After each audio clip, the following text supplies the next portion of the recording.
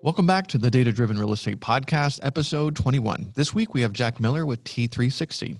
Jack Miller is the president and he is responsible for client relationships, development, and management at T360. If you're not familiar with that company, they do consulting work, but they also produce the Swanepoel Trends Report and the Almanac. And the Trends Report is something I look forward to every year. It's a very large report covering prop tech and all the trends happening in real estate. And that's what we covered this week on the podcast. What is prop tech? And when Gary Keller says he's spending $1 billion on technology for his agents, what does that look like? And what exactly are they investing in to sell, make his clients and his agents money?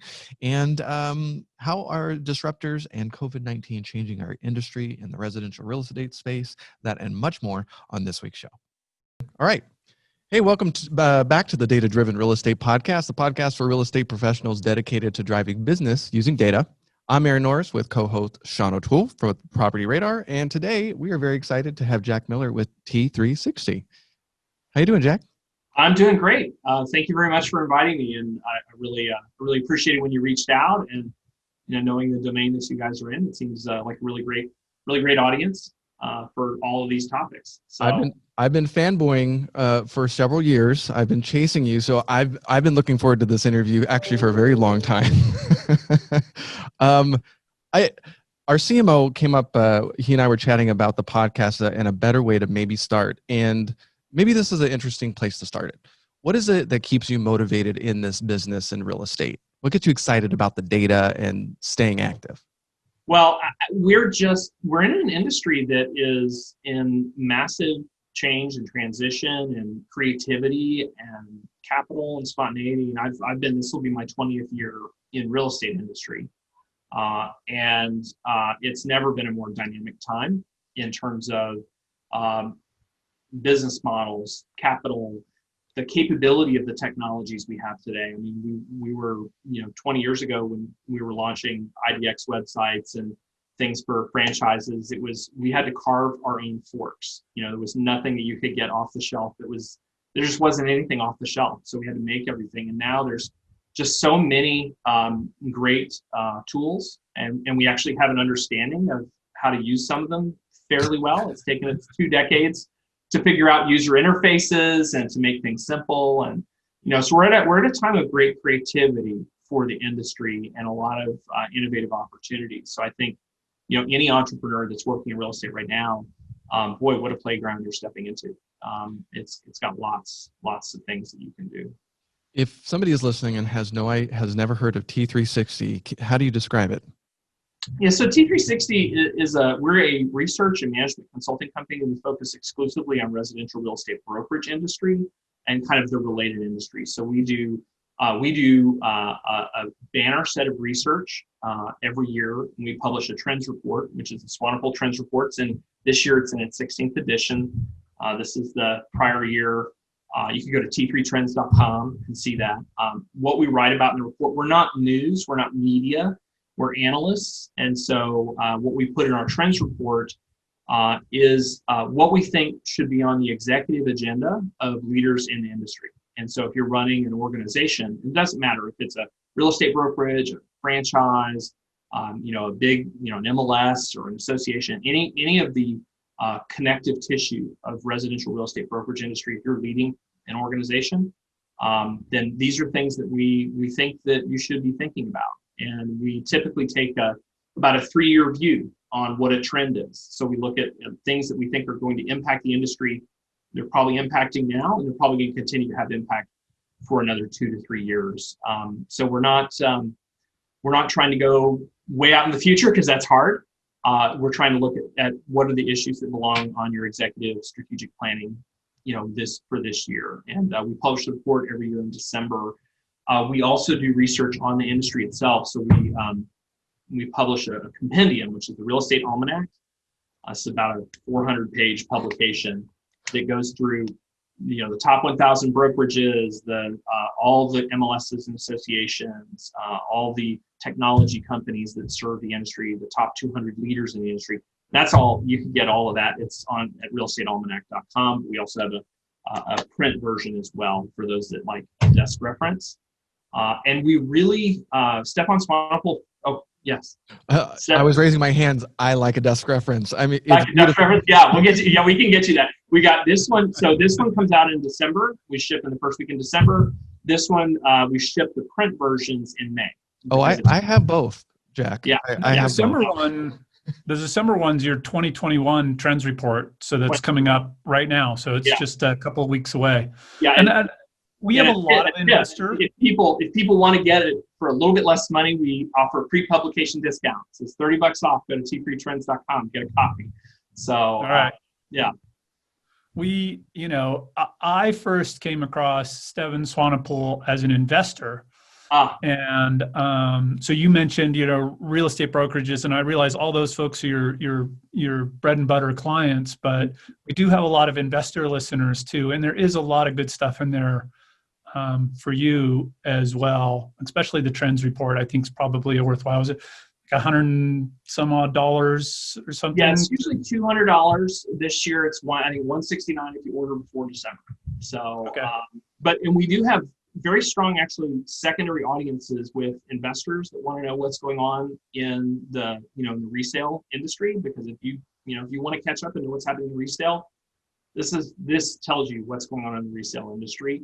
And also a lot of people from mortgage and finance who are interested in what's happening in brokerage industry, because this is we're tracking kind of what are the conversations, what are the things that leaders are having to handle in their businesses right now. And I would also say product people, anybody that's building products for the industry. This gets you into what the executive conversations are right now in the industry. I think the only one it doesn't directly talk to is the commercial side, but I still think it's valuable for the commercial folks to know what's going on in residential, because that ultimately impacts the commercial markets as well. So I want to set it up because we have a lot of different listener types, and I just want to let them know that if you're not a realtor, you still may want to listen in here as we continue on and talk about trends, because it does impact everybody. One of the things I was, tell me why you decided to use, to create the Almanac. I was surprised when that came out this year, and it's huge. And I think my favorite part is getting to go through all the categories of technology. I consider myself a little bit of a tech nerd, and I was surprised with how many companies I had no idea existed. So honestly, both of these publications, I would say, came from Stefan, who's our founder, his desire to have better intelligence for himself and for the people that he was working with. And when he moved in, he started the company 20 years ago, and we rebranded to T360 5 years ago. When he started the company, a core piece of it was, he said, there's really not great intelligence about this industry. And so he said, well, I'm going to make it. And so he started researching and writing about the industry. And I would say that's true today. I mean, we study and research the industry so that we can be better advisors for our clients and have a strong body of work where it's like, hey, we've spent 400, 500 hours talking to industry leaders to understand what's going on right now, and have developed a perspective on it, where we don't operate a brokerage, we don't operate a national franchise. We're not in the game, but we're students of it, and that lets us be a fair and neutral resource for looking at what the issues are. And the Almanac was a similar reason. There really wasn't, when you're talking to a private equity company or a company that's maybe looking to acquire other companies, there really wasn't a great resource to say, well, hey, who are the biggest players in the space? Who are the companies that operate within certain regions and geographies? What are their high-level market stats? If you're really studying the industry strategically to make better decisions, you need a resource like this to understand it better. And so we needed it for us, but we needed it so that we could be better consultants and advisors to our clients and both people in the industry and people coming to the industry and asking us those kinds of questions. So. A lot of the report is dedicated to prop tech, and I developed my list, and you emailed back, and one of my questions was, your journey from a hardware engineer into prop tech, and you're like, maybe we should say real estate because prop tech didn't exist back. Yeah.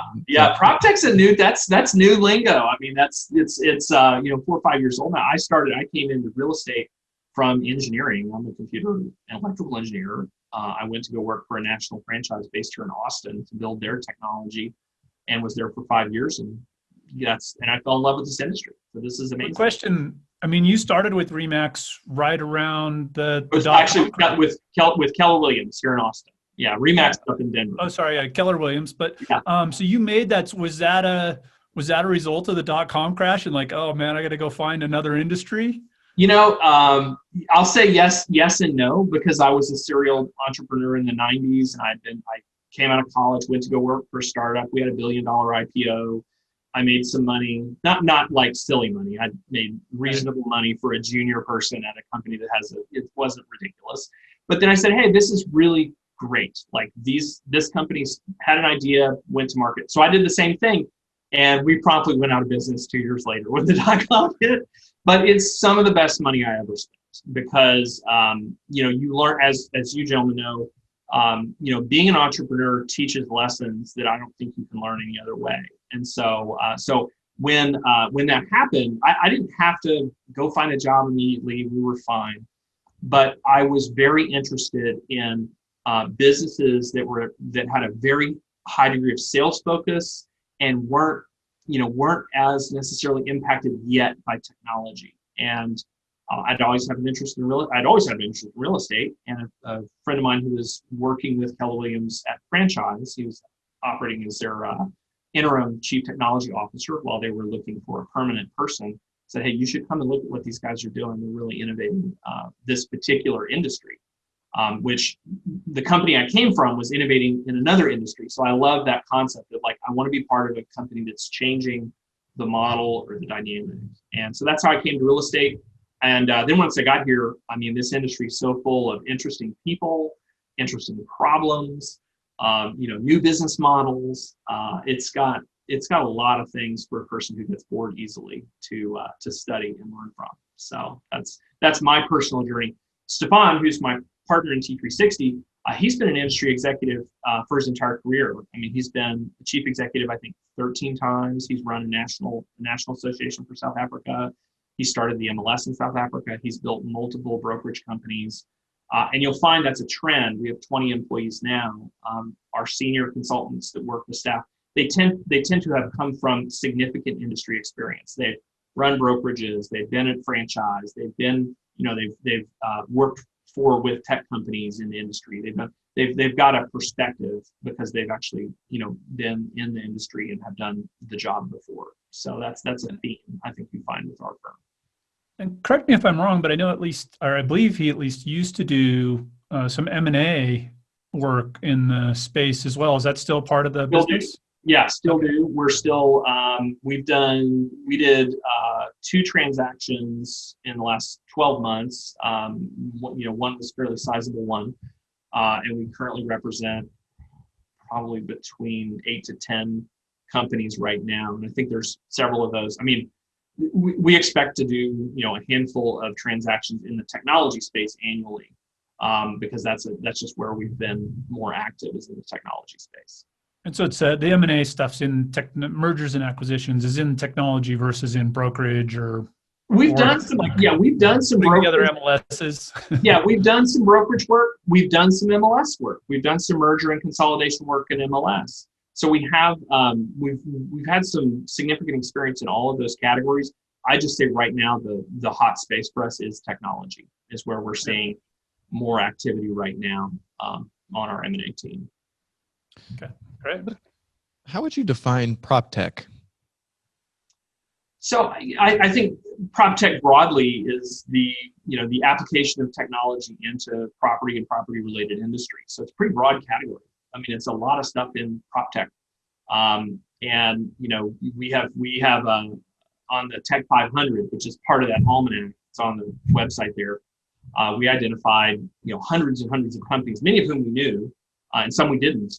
And we're like, there's a lot of players in this space. So there's about 600 to 700 companies that serve the real estate industry in one form or another. Some of them are very small, by the way. Some of the little tiny companies.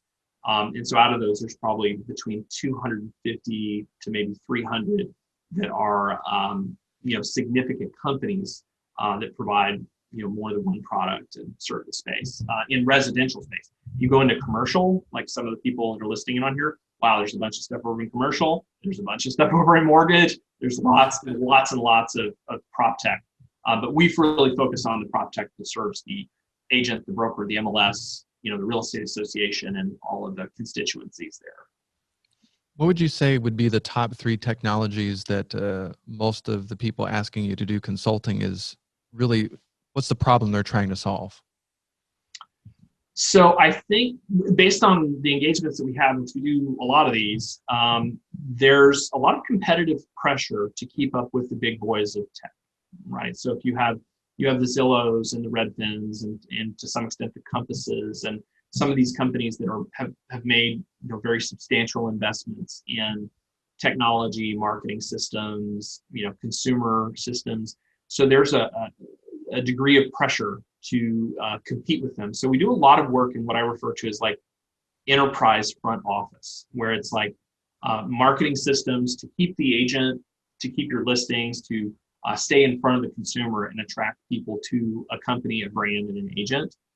For the larger companies, for smaller companies, it's lead generation and marketing systems. Those are the ones where we see that is a constant hot space. There's a few other areas that are interesting. I think one of your questions you sent over earlier, Aaron, was like, what are some of the surprising areas? And I'll say this is both one of the top 3 and surprising to me and to our team, is that over the past 2.5 years, there's been a real renaissance in what I would refer to as like technology staples, accounting systems, back office, even there's some work being done in form solutions right now that's quite innovative. So some of these staple technologies where you think, accounting, so boring, back office, so boring, actually it's turned into a little bit of a hot space where we're seeing a lot more interest there. I think mainly because A, the technology's got a lot better. There's some investments that have been made there, so it's better. But B, there's a real search in the broker market for efficiency and for scale, because we need to do more with less. We need to be able to process more transactions at a lower cost. And so I think there's a much more focus being placed on those areas. So that's another area that I'd say we're doing a lot of that. And then the other is kind of like what I'll call specific issues where a brand or company wants to be really great at something and they need to build something that gives them the competitive advantage. And I'd say we do a fair amount of that where companies come to us and say, hey, there's this thing that is really, we have to be the best at. And that's a fun space, because sometimes that's non-industry technology we're working with, or new ideas, or real new thinking or new thoughts. And that's a constant. We've had that one the entire last 7 years of running a consultancy. I think we've always had engagements like that. Can you give us an example of one of those? And so usually not. We don't usually talk about our clients. But maybe one that's out in the wild, already launched. Yeah, but I mean, there's as examples, like people saying things like, I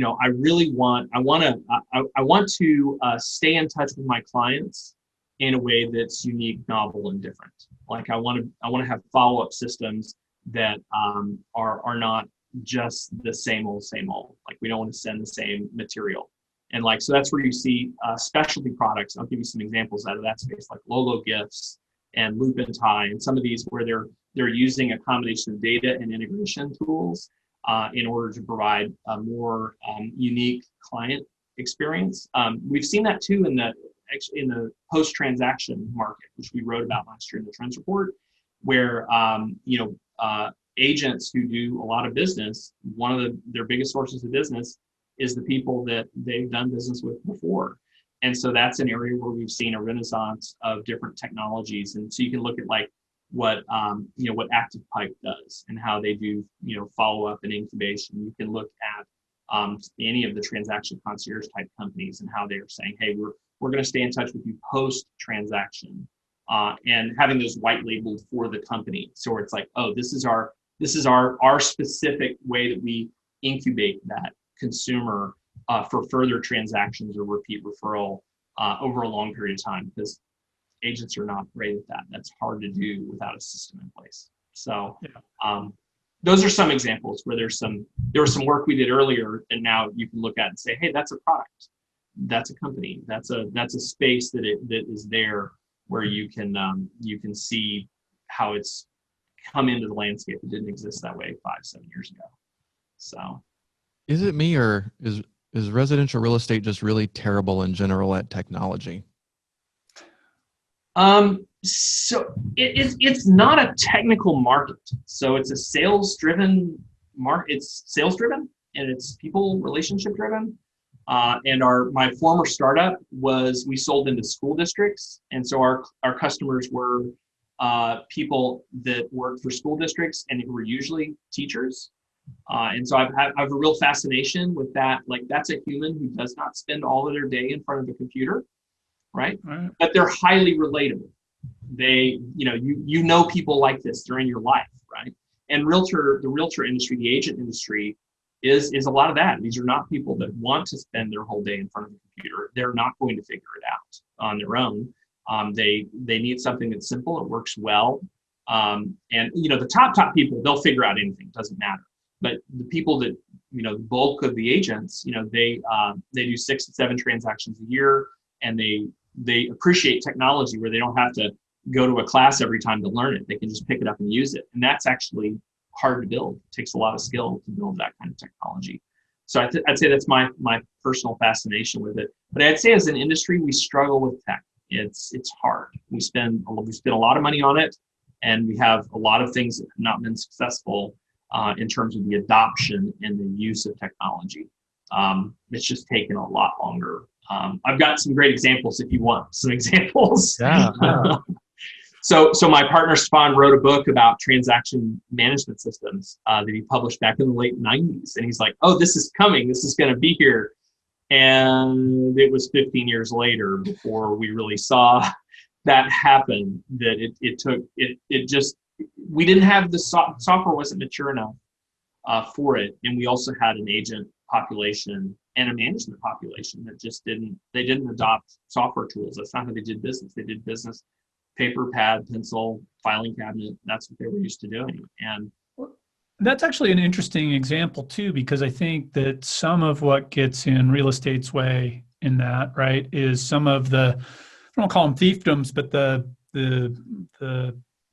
power centers or whatever. So you take something like transaction management. The California Association of Realtors has a investment in Zip Form, develops all these forms, has an exclusive thing where now a dot loop or somebody who's a challenger, maybe who has a simpler user interface, can't get access to the forms. Without the forms, it's kind of a useless tool, right? So there's a lot, almost every time in real estate, there's some sort of dynamic like that. Like, oh, we've got this great idea, but we can't get the data from the MLS, or, there's some other, I don't want to, political is probably the wrong term, but some other power center issue at play.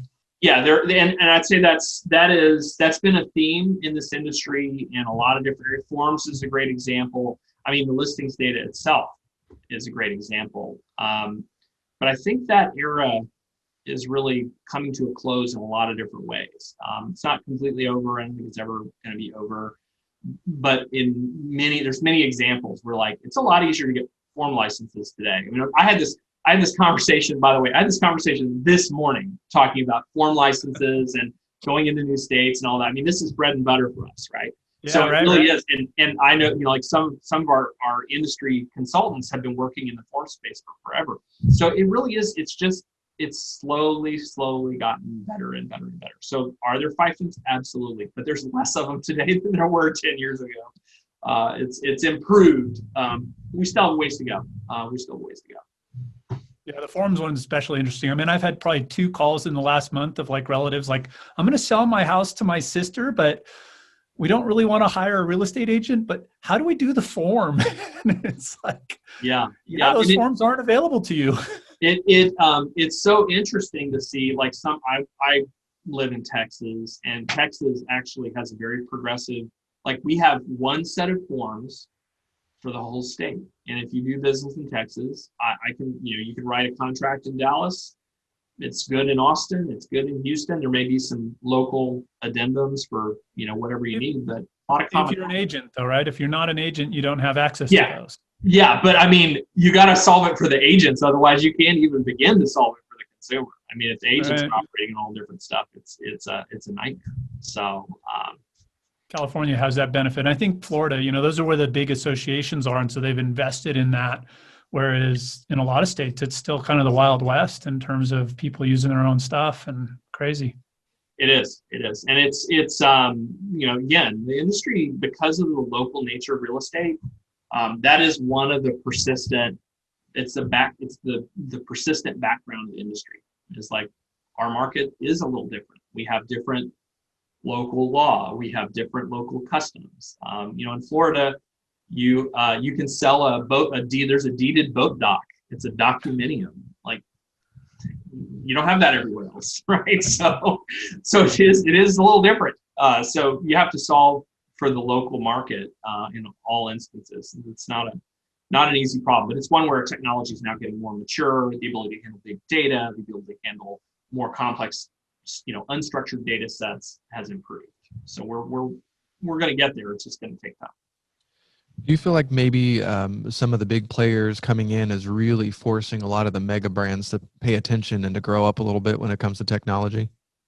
I think it's placed competitive pressure in the market. I think when you see, Compass making significant investments, when you see Zillow Zillow, while there's a lot of people that will shake their fists and stamp their feet and are upset with Zillow, and I perfectly understand why.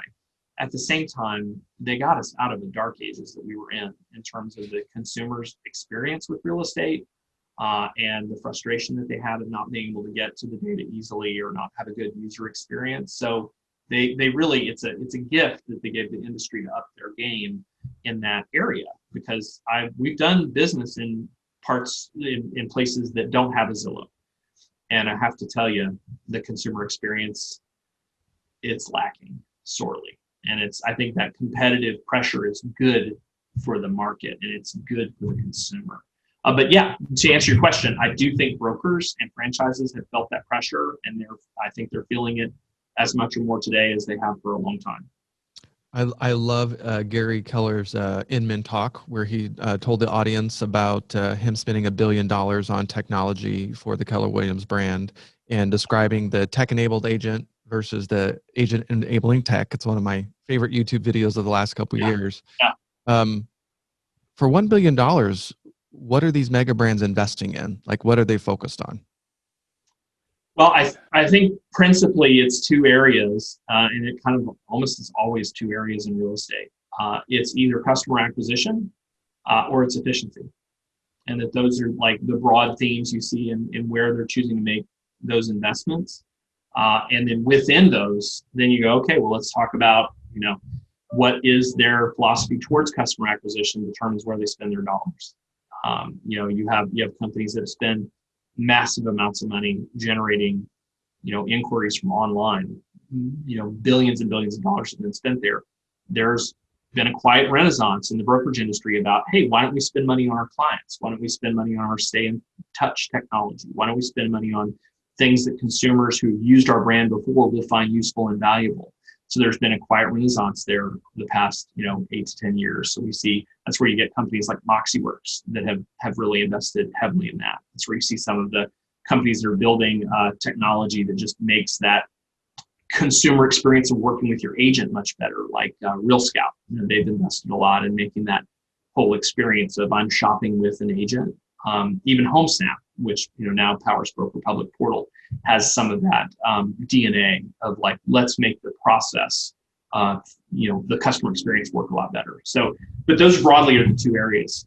Efficiency is what we talked about: back office, transaction management, forms, compliance, making it simpler, cheaper, easier for the agent to do business, for the broker to manage the business that's happening and to understand what's going on. So those are broadly. If you look at an EXP Realty, I mean, they had to centralize services to build this national virtual brokerage.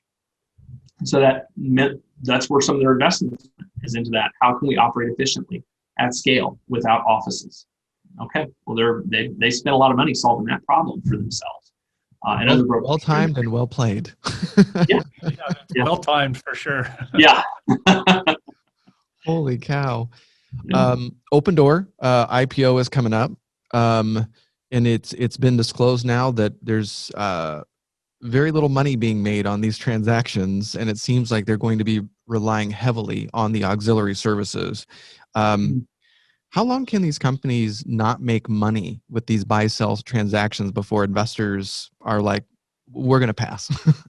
Yeah, I don't know. I don't know that I can answer that question. I don't know that anybody really can, because I think it comes down to the appetite of the investors that see a market share maneuver, and it's like, okay, how much market share can we go after to take before we can change our rates and do some profit taking. So I think it's a really hard question to answer, because it comes down to really the appetites of these both institutional and in some cases singular investors that have a lot of money that they can put into that segment of the industry. I think the experiment though of will consumers pay for convenience? I think this has been the grand experiment. It's like, will consumers pay a little bit more for convenience in the housing sector? We know they'll do it for food delivery. We know they will do it for clothing. We know they do it. We know they do it for a lot of other things. Will they do it for a very large sale or a very large purchase? And I think the answer is yes, based on what we've seen. I think there's enough consumers. It's more than maybe the industry thought it was that will do it, and such the extent where traditional brokerage industry is now responding to that by creating their own open door like programs, or even partnering with some of these companies that do open door types of programs. Almost all of us on the investor base recognize that, right? That's how we've made a living for many years, that people will, take a discount in order to say have certain terms, leave all their junk behind, or, whatever. There is, I do think, I do wonder, there is a lot of unknowns in that, though, and a lot of risk, where the investors have traditionally demanded a decent, margin that the open doors, aren't leaving themselves. And I think that the bigger question to me is if there's consumer demand, is whether or not they can really do it on as thin a margins as they're trying successfully, to the point where it actually is a business. Yeah, I mean, I think that's everybody's criticism of these business models, but I think what we also forget is that they can change their pricing when they need to. I mean, Redfin did. Zillow has made adjustments the entire time. Everybody thought they were going to, they're not making money. That means they're going to go away, and that's actually been a bad bet. Yeah, no, I'm not Yeah. So it's not, I mean, I'm not arguing in favor of like, their business model is perfect, because that's a ridiculous argument. But the point is like, they have an enormous amount of capital. They have some pretty smart people that tend to get involved with these companies. I'm not saying we have very many smart people in traditional industry too. I'm not degrading anybody's intelligence at all, but they're smart. And when the market shifts and changes, they're going to do different things. And so I think that's where people get hung up, is they say, well, if they're going to do that forever, they're going to go broke. And that's probably right, but they're not going to do that forever, right? They're going to change and shift and adapt. And it just makes this industry does not have a history where new competitors come in and, destroy the old models. That's not, if you look at the history of real estate, and Stefan and I have talked about this many times, you look at the history of real estate and you go, okay, well, RE/MAX came in the 70s with this flat fee desk model. And actually they copied Realty Executives, who actually did it first, right? That didn't destroy the industry, but boy, they wouldn't let Dave Leniger be a member of the National Association of Realtors. They were really mad, right? And then, when Realogy, or formerly Sendic, came in and said, we're going to acquire our way. We're going to be the only company. They own more than one brand. People said, that's insane. And they did it via acquisition. That'll never work.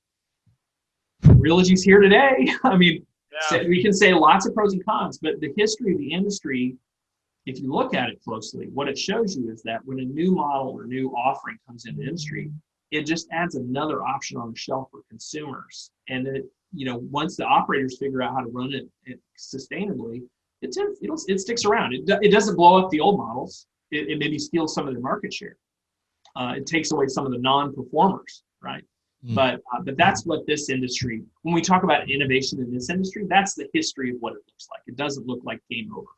And that's why we're not doom and gloom people. We think, hey, this is a huge industry. There's a lot of room for people to be involved in residential. A lot of room. Aaron's done a lot of work on the buy box, of what are these guys actually buying, and you see it's a pretty small box of stuff that they're actually willing to take this risk on. For sure. And so that alone, not only is it just certain markets, but even within those markets, it's a certain square footage range, a certain price range, a certain number of beds and baths. Like they have a pretty tight formula they're following. And there's a lot of transactions in that formula, a lot of room for growth, but there's a lot left over. Yeah, there's plenty of room. So we're pretty, when we work with our clients, we're pretty optimistic in terms of like, hey, this is, if you're innovating too, you will do fine. It's not a doom and gloom situation. You just need to be innovating too and have your own advantage. Change is the only constant. So Correct. don't if you're just sitting there, you might be in trouble. But if you're changing as well and moving with the times, you're doing fine. Yeah. We interviewed David Hicks with the Homevestors, the We Buy Ugly Houses brand, and I've started saying that the iBuyers are the We Buy Easy Houses brand. At least here, a lot of markets in Southern California, they're not rehabbing at all. You're lucky if you get new paint, and it's all about speed. So it's speed and liquidity in the market. That's the innovation. So, okay. Yeah. And they're solved. And actually, the iBuyers in general, I think most people think of the open door model when you say iBuyer. They go, oh well, they're going to make an offer and buy my house. But actually, a lot of the innovation that I think has been very impactful with consumers on the other side, where they say, hey, we're gonna give you the money to go buy the house you want while we sell your house, whether we buy it from you or we list it or whatever. And there's a lot of that actually frees up consumers who might otherwise say, I'm not going to sell because I don't know that I can go buy. I don't want to be in this situation where I'm waiting for my house to close and might not get the home I want. That actual financial tool now solves that problem for them. And that's a legitimate problem. I mean, that's a legitimate problem that locks up part of the inventory in a market. If you can unlock that inventory in the market, that's good for everybody. That's more transactions for everybody to do. I have to say, lots of different ways that could still happen besides the offer, et cetera, right? Sure. And some sort of bridge financing terms, I think there's a lot of innovation that can happen in that space, but I totally agree. That's a core problem, right? Especially now with inventory so tight, you may want to move, but to take that risk to sell and be homeless is too much for most people. Yeah, I think for many consumers, this is a legitimate problem, and companies like Knock and these other companies are really trying to solve that intermediate situation problem with financing, and even Open Doors now doing that, where it's like, hey, we'll let you go start making offers. We'll back you. Oh, okay, that's great. We couldn't do that 5 years ago. That's more options on the shelf for consumers. As an investor, I've done those deals where I, bought somebody's house, got a great deal, but they wanted to rent back until they had, something else ready. And so, for sure. There's clearly demand there. Yeah. I'm most excited about the realtor brands coming out with their version. Keller Williams has been threatening and said they've been testing for a while, and Realogy just came out and said that they're creating their version of the iBuyer partnership. Because I look at Open Door competing against Redfin and Zillow. Zillow, they've had a lot of the things in play for quite some time. So when Open Door comes into a market as an unknown entity and has to spend so much more on marketing when, the Zestimate is just top of mind, that's hard. That's a lot of money to spend in a market for brand mindshare. Yeah, it is. Although I know the messaging from the broker industry, which is true, is you have 1.4 million boots on the ground that have their personal networks. On average, an agent has 400 people in their contact database, and if they're supplied with the right tools, they can be the market. They can be the first person that is contacted about, hey, I'm thinking about buying or selling. And that's been the traditional industry secret weapon the whole time, is that those relationships that they have in their communities. So that's the counter. That's Gary Keller's playbook. But by the way, that's been the playbook for most traditional brokers forever. Is that? Well, I hope they roll it out. Different though for Open Door competing with Zillow, right? Like I would not want to be Open Door competing with Zillow, there where everybody's on Zillow's site already, right? Open Door has to go earn each one of those. That's a tough deals. competition. That's a tough competition. That's why I think Open Door has got its own, like they have an approach where they're like, hey, we're going to work more closely with the industry. We want to be part of that network, right? And they want to be a solution. And so kind of have to, yeah. But it's tough for them. I mean, it's tough for anybody to go head to head with Zillow in terms of just consumer awareness and market share nationally. I think that's a difficult play. In a local market, you can do a lot. With a local brand, I mean, there's plenty of independent brokerages and franchise brands that I see that, in given markets, they go head to head all the time and win. And it's because they're not trying to win the United States market. They're focused on Houston or Dallas or, And they have a person there locally, right? It's, I don't think the big brands, the Realogies and the rest could do it without that local presence too, right? That person who knows that market better than Zillow's ever going to know it, that can have personal contact with the folks that Zillow can never have, right? That can do things that don't scale, like direct mail and other things that Zillow never makes sense to do. Right. Yeah. That's a fun one. People that, they're like, what is with this direct mail? It's like, oh, this pencils out for that person that works that neighborhood very nicely. It's something we've done over and over and over again with our broker clients. It's like, oh, if you don't have a program for that, here's how you can take a good agent and double their business by building a really solid local market program with direct mail as a core component. So it's kind of, I've loved that it's one of those things everybody writes off. They say the same thing about billboards too. Billboards gets a bad rap, but if you use billboards properly, very effective. We have several top teams that we've done work with. And I mean, I don't think that's a secret in some of the team part of the industry, but a lot of people look at a billboard and go, why would you spend money on that? But very effective if done properly. So speaking of that, getting local and getting done properly, right? Let's talk about Teams, because Teams has been a big story now here for a while, and it really seems like, it's just where still things are going. And I don't know where you guys have putting out your trends report. Are you still pretty bullish on Teams? Do you see Teams as being kind of a driver still? Yeah, we write about teams fairly frequently and trends within the teams. I think we had a very strong chapter 2 years ago that really went into the structure of teams and like the different kinds of teams. Because people say team, but that could be, a mom and pop team. That could be 4 people who just kind of cooperatively use an admin. It can be what we refer to as a high performance team, which has roles and there's a lead generation program or there's that kind of thing.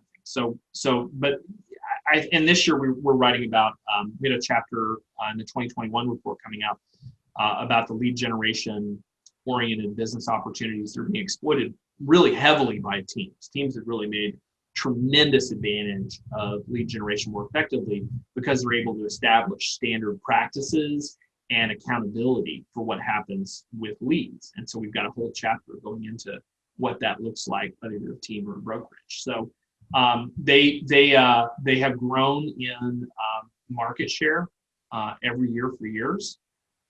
They have grown consistently faster than the top producers in the industry. Teams are gaining more transaction count per person on the team and sales volume per person on the team. That's been consistent, and it's because they're really capitalizing on that efficiency that you get by these high performance teams by having people in roles that can just focus on being great at one job. And that's what they're capitalizing on. We're seeing some of that being applied in the brokerage space. It's always had some application there, and there's more of that we see in some of the new model entrants and companies that are like a Hauser that is running basically a big team model. You've seen some of the big teams turn into brokerages like Ron Spain.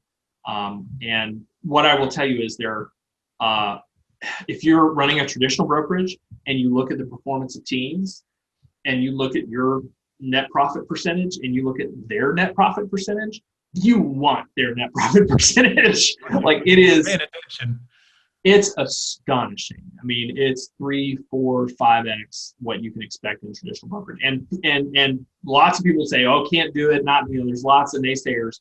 But we look at these P&Ls. We're looking at these performance numbers. It's very impressive. And now I will say the challenge is talent. The challenge is having the right operators and hiring and talent, getting the right people in place. If you can do that, it is you have to invest on the front end with a team. You have to build the team. You have to invest in the marketing. You have to do the lead generation. You have to invest in the brand. You have to do those things. But if you do that, the return is very attractive, very attractive. So we're still, I think our company still believes Teams is a very viable, growing model, will continue to be so. There's some, very talented entrepreneurs running Teams in this country. And, it's a compelling model from a profitability perspective in our industry. Is there a particular structure there? You talked about high performance teams, but is there a particular structure or kind of org chart or et cetera that you see that's outperforming others? The ones that we've observed that tend to be high performance in terms of net profitability, do really well, tend to, as quickly as possible, separate out the non-dollar productive activities from the dollar productive ones. So they'll focus the set of licensed agents who are really meeting with clients, signing contracts, showing buyers, are really engaged in the activity of selling real estate. And then the paperwork, the transaction details, the listing marketing, all of that is being managed by staff members who can, do that for $25 to $30 an hour, depending on your market. So that is the consistent theme, is that whenever you can take an agent who is dollar productive when they're working with clients and give more of that time back to them to do that dollar productive activity, that's a big element. The other element is team, or in the brokerage context, company controlled business, where the team, the company, is generating the business. They are investing in the lead generation efforts, in the brand efforts, in the things that result in the consumer doing the outreach. And that's another consistent profit component, because a business that is given to an agent, you can take a referral fee or an advantage split or whatever it is. And those, so if you have specialization and you have the capacity to generate a high volume of company controlled business, those are the pieces of the formula that are probably most important. We've got a pretty good description of that in the chapter that we wrote this year, mainly because we have clients that are trying to do this, and I wanted to be able to send them and say, here's a chapter that tells you how, and there's some people in the chapter that they talk about their team and their operations, how they set it up, and there's some real lessons to be learned from that, how they built their brand and how they invested. Like that's really good as an entrepreneur to have a map to follow and say, okay, I can see how to do this, and now I can learn from that. I don't have to do it the hard way. So trial. I'm a big believer in that. Even if you want to do something totally new, right? Like if you want to make history, like it doesn't repeat, but it rhymes. And so if you're not learning and paying attention to what others did that was successful, you're not going to have much chance. Yeah, we have that with our clients. Do you want to learn this the easy way or the hard way? Because the easy way it comes with the price tag. You have to usually pay up front, right? You have to pay it up front, but it's the easy way. Whereas the hard way comes with a bigger price tag, and usually a lot of your time that you pay out over a long period of time, and you may or may not get the results. I mean, that's the problem with that way. And you're going to be black and blue at the end regardless. And you're going to be black and blue, and you're going to go, I don't know if that was such a good idea. So we tell people, I know there's a price tag involved, but take the easy way. You'll feel a lot better about it. You'll get the results quicker. We know you'll get the results. You may not get the results another way. So that's what knowledge does. That's why we do consulting, is to help people. Like, let's give you the industry knowledge that we have and have developed over 2 decades of research by my partner in the last 7 years of building this into a consulting team, so people don't have to go do that on their own. It's very expensive to do it on their own. I always like being a consultant's most recent customer, because they're not using my learnings for their next customer. Right. Yeah. Well, and I think that's true. I think the industry has a difficult history with consultants, because a lot of people that were bad at their jobs went and started doing consulting. And it's very different when you have, I don't think we've had a professional management consulting firm like ours. And I can say that. There's some other great consultants in the space, by the way. I'm not denigrating any of our other peers. But I think it's not, we haven't had one like the way we're set up. We're integrated. We can do everything from help you start the company to help you grow it, to help you evaluate it, to help you, acquire other companies or help you sell your company. Like there's a full cert, help you pick the technology for, help all of that. So that's been not really an offer in our space. And so that's what's different from people that have been in practice, from people, I've run brokerages. Our dean has control of our brokerage consulting. He's had 10,000, thousands of people work for him. So it's just very different when you're working with operators. I think the investor space, that's true too. Like if you want to work with an investor that's done, like this is not their third or fourth or fifth flip, it's their 50th. That's a different operator.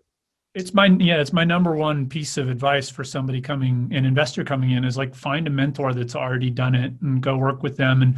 But agree up front of when you're going to like break off and do your own thing. So there isn't hard or weird feelings, but there's no better way. That's how I learned the business after being, like you, as in tech through 2000 and then, made this side direction off into real estate. And, but that's definitely the easier way, right? To work with somebody who's done it, been there. Absolutely. Save yourself a lot of time and hassle and money in many cases. We interviewed a client, we interviewed an independent broker that she built a very impressive business.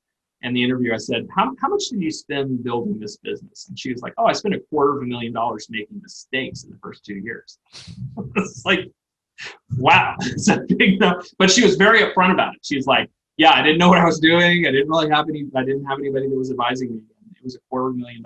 And, so that is, and sometimes you don't have a choice. If you don't have somebody, a consulting firm you trust or a mentor, things like that, sometimes you do just have to pay the price the hard way, but boy, avoid it if you can. Yeah. How big a firm was she? That is a company out in California. It's about a 150 agent firm that was she took over an older company. It was an independent brand in the East Bay, Vanessa Bergmark, Red Oak Realty, and she had a partner, and they the Red Oak brand, they acquired the Red Oak brand and kind of rebuilt it. But yeah, she was in our we had her as a advisor in our broker mentor program. We've had different people that have been there, done that, or built something in our industry come and act as advisors for our broker development program. So impressive. All right, good stuff. We've seen Amazon sort of touch around the outsides of real estate with the turnkey program that magically disappeared this year with Realogy. There's rumors that Google is looking to get inside of real estate somehow. Is there anybody on the peripheral, Microsoft, IBM, that we should know about now? I mean, if there is, they're not talking to us. And if they were talking to us, we would have signed a pile of non-disclosure documents. So I can't, Fair enough. No comment, I guess. I honestly tell you, I don't know. I'm unaware of any of that. But we all thought. Yeah, I think this is a hard industry to make a thing go in, to come in as an outsider without a lot of help. I believe, and I think we've got evidence to prove that. It's just hard work because it is a service industry. There's a person who has to work with a client, and that's different from something where it's like, I can write an app that has replaced a person's entire job. Not say that parts of real estate can't be replaced with apps, absolutely.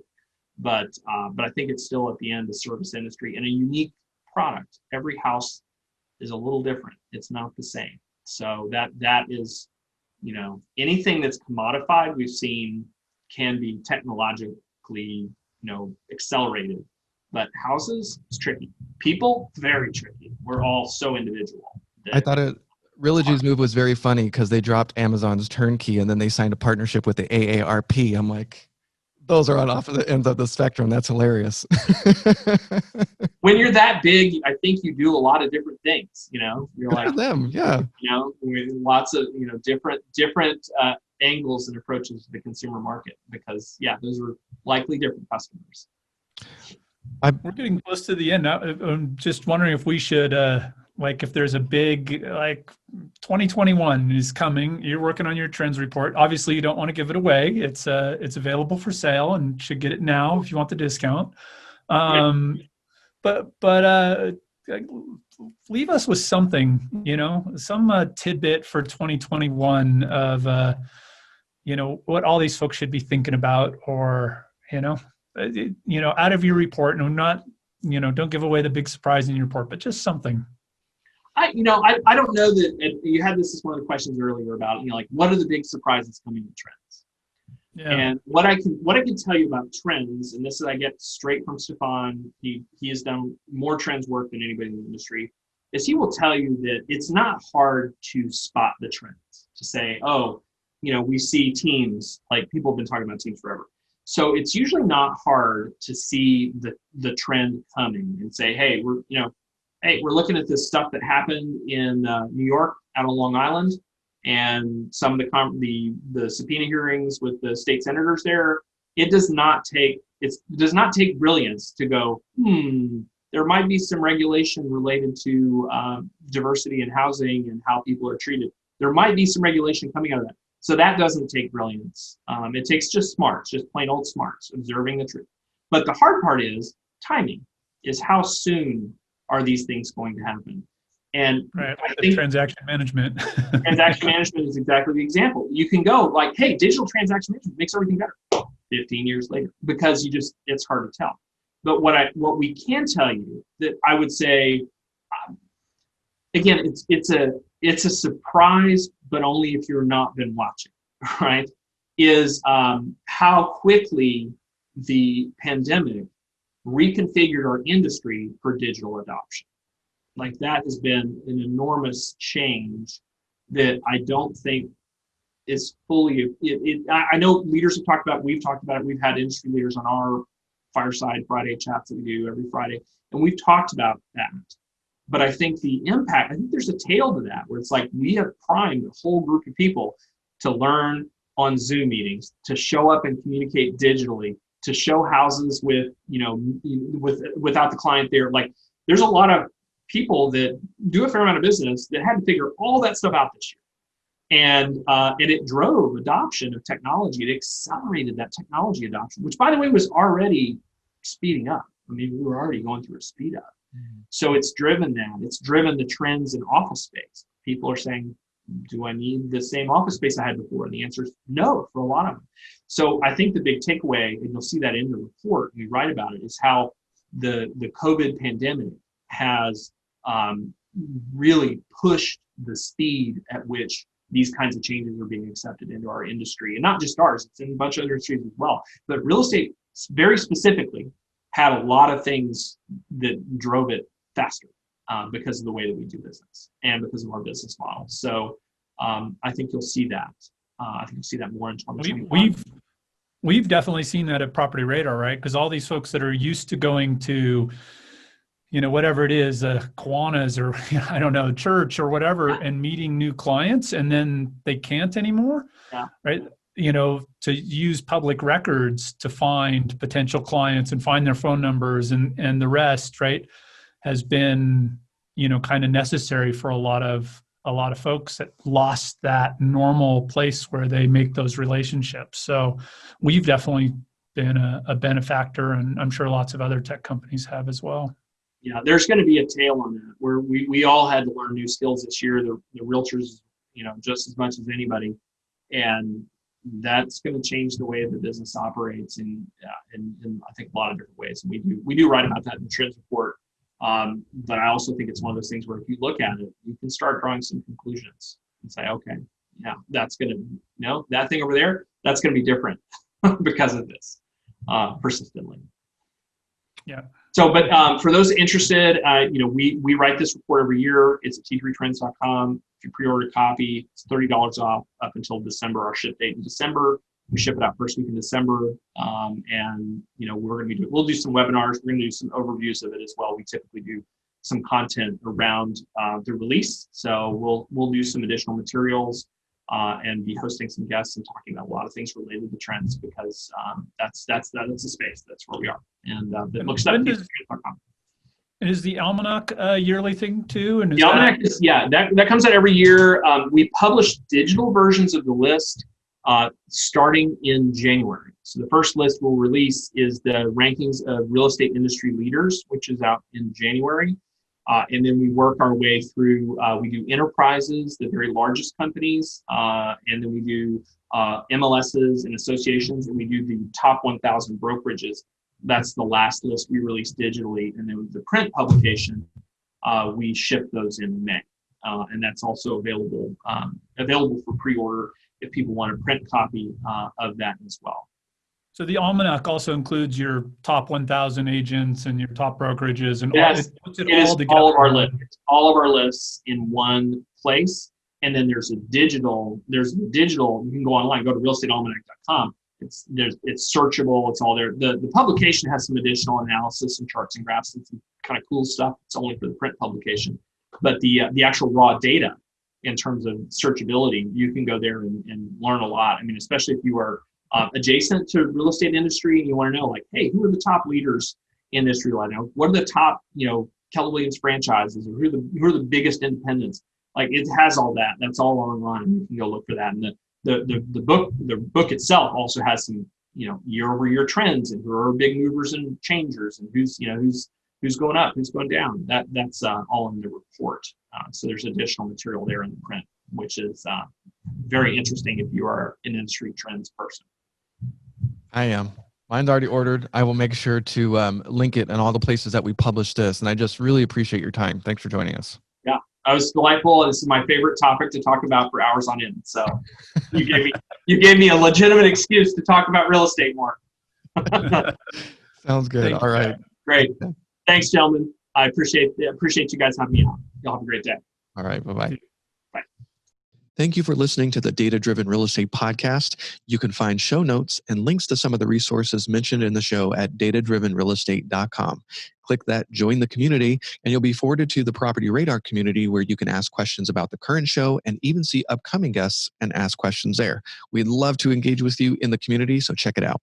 Please don't forget to like, favorite, subscribe, and share on your favorite platform where you're listening to the show. It helps us out a great deal. Thanks for listening, and we'll see you next week.